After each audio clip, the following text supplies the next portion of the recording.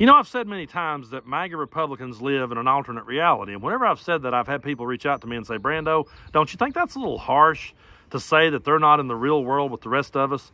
Well, when we talk about this next story, I think you're going to agree with me. They're not in the real world.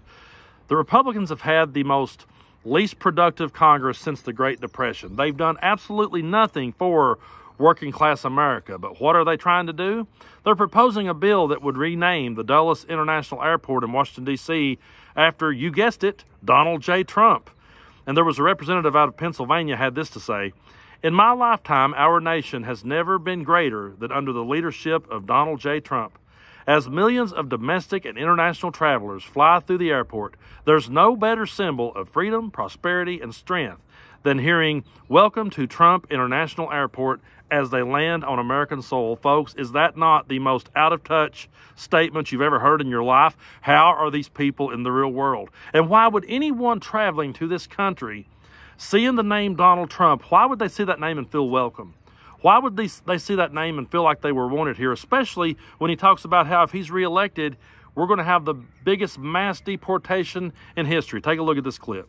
On day one, I will seal the border and will begin the largest domestic deportation operation in the history of our country. And if other countries say they won't take them back, we're not going to take them back. I will say that, yeah, here they come. You're just going to hold on to your britches, because here they come. They're coming back. Congratulations. And if you don't think these countries send them, and they send the people, by the way, that they want out, they're not sending their finest. They're sending people that they want. That's why they come out of jails and prisons. That's why they come out of the mental institutions and insane asylums. Human trafficking now is at mostly women, is at the highest level. We had it to the lowest level in 37 years. I had it down to the lowest level in 37 years, and now it's at the highest level ever. And this is human trafficking, mostly in women. So people coming to this country are supposed to be inspired by that? They're supposed to want to come here after they hear statements like that? Donald Trump's entire political career has been about excluding everyone, has been about banning people from coming to this country, building walls, rooting out the vermin. That's all he talks about. So why would anybody traveling to this country see his name and feel welcome? And when people coming from other parts of the world comes here to visit or comes here to stay, they're going to see how he talks to his political opponents. They're going to see the political divide. Why would they be inspired to want to be part of it if they saw his name, especially when he talks about his political opponents like this? Check this out. Today, especially in honor of our great veterans on Veterans Day, we pledge to you that we will root out the communists, Marxists, fascists, and the radical left thugs that live like vermin within the confines of our country, that lie and steal and cheat on elections and will do anything possible. They'll do anything, whether legally or illegally, to destroy America and to destroy the American dream. The real threat is not from the radical right. The real threat is from the radical left. And it's growing every day, every single day.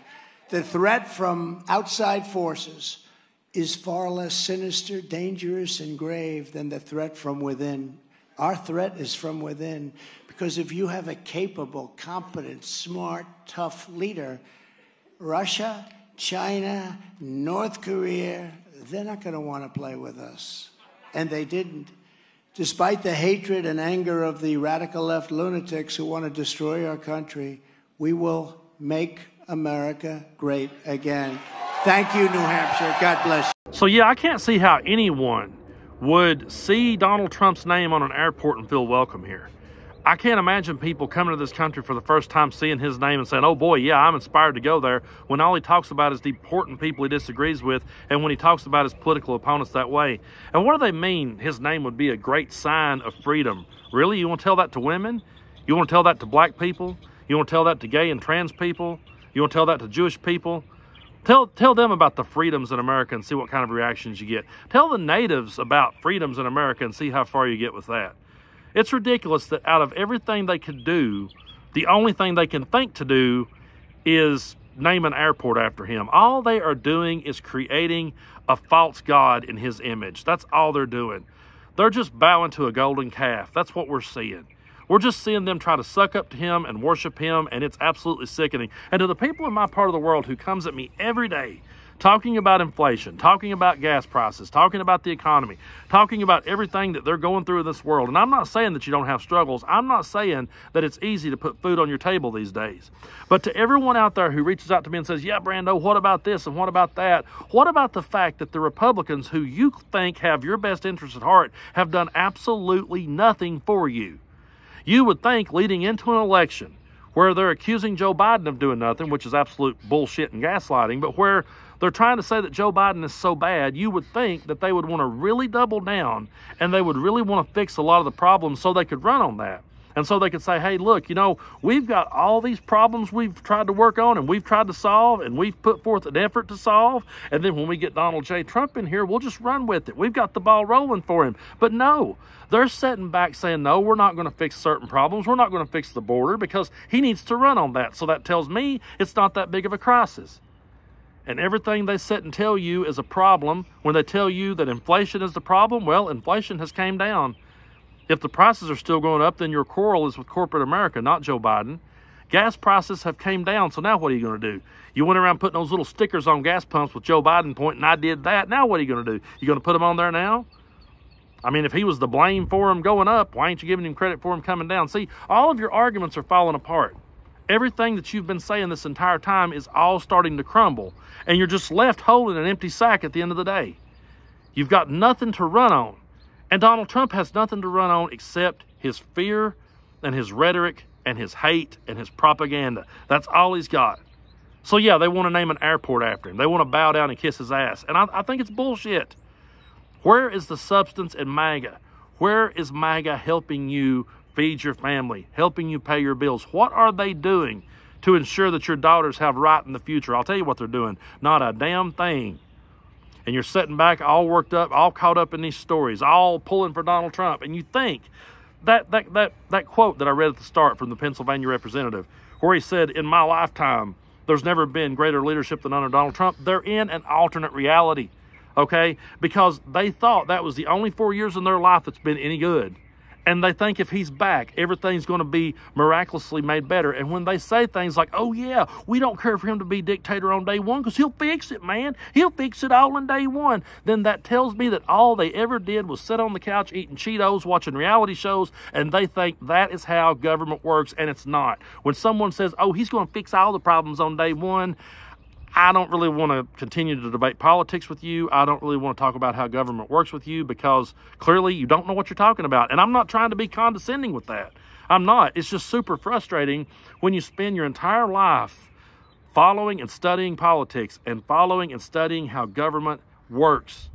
And then you have people just coming at you with the most uneducated talking points and the most bullshit conspiracy theories. And they throw them out at you like they're facts, and they try to make you feel stupid for coming back with them, on them with evidence and with facts. It is a tiresome argument to be having.